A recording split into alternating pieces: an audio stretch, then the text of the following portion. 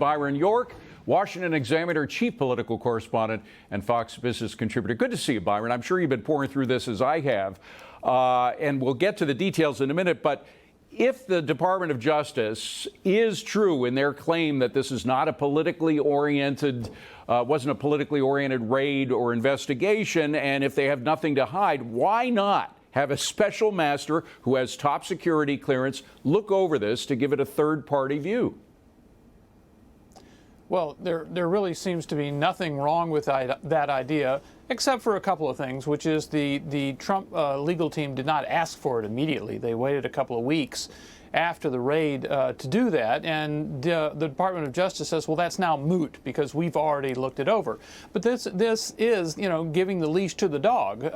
There's nobody overlooking the Department of Justice right now. And since this is such a politically fraught case, as you said earlier, even at this point, it would seem prudent, especially for the review of this case that's definitely going to come when it's all over, and to have a disinterested third party look at it. And to their claim, by the way, DOJ's claim that it would cause, quote, significantly harm national security interests. I mean, if the special master has security clearance of his own, unless that's a dead term right now that nobody has because everybody leaks.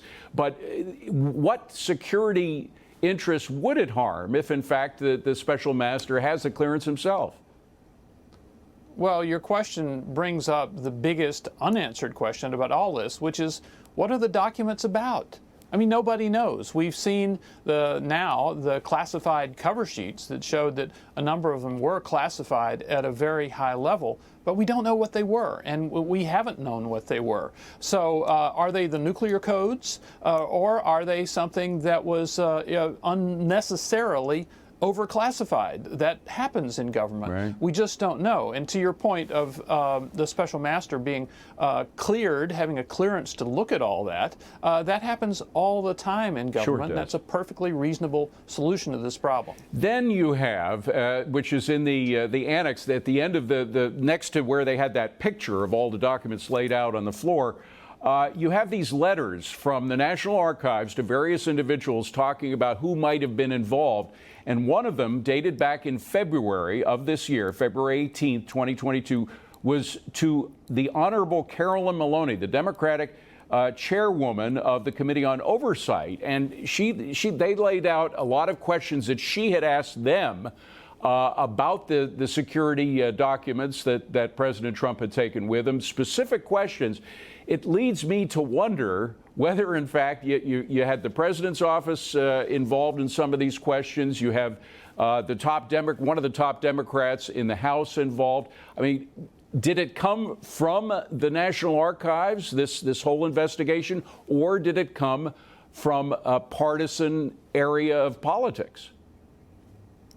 Well, we know that the Biden White House, including President Biden himself, was involved at least to the extent of not claiming any sort of executive privilege for any of the documents that had been looked at.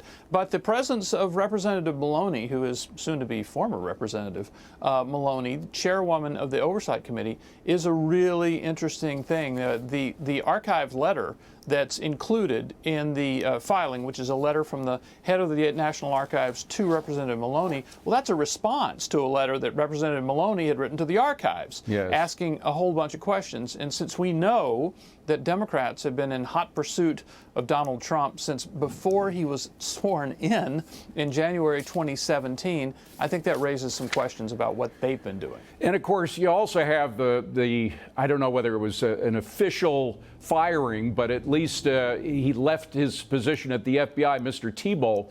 And in the context of what happened with Crossfire Hurricane, the Russian collusion investigation, which mostly turned out to be a hoax, and some of that information was fed to FISA judges that was incorrect information. And with the resignation of this guy, I mean, it couldn't come at a worse time for the FBI, I mean, in terms of suspicions that Americans have as to whether this is politically motivated.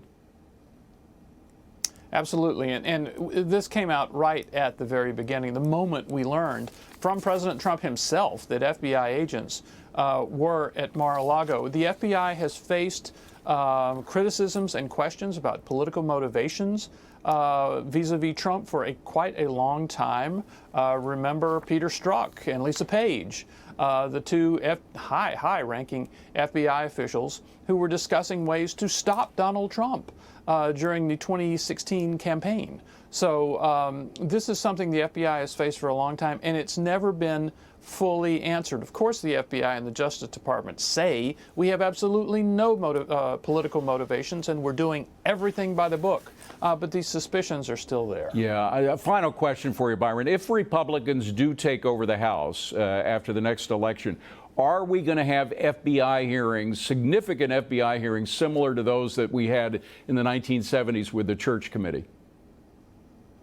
I think we will, and for this reason. I think a lot of Republicans would say, listen, most of the people who work for the FBI are doing very good work. The FBI stops terrorists and murderers and kidnappers and all sorts of really, really bad people in our society, and they do very good and needed work. But there is a hyper-politicized elite at the very top of the FBI that's gotten involved in both sides of the last presidential election and seems to be doing it again. Yeah. So this is something that members of Congress, in their oversight capacity, they have a responsibility to do this, will probably do if Republicans take one or both houses of Congress. Byron York, good to see you, Byron. Thank you very much. Appreciate it. Thank you.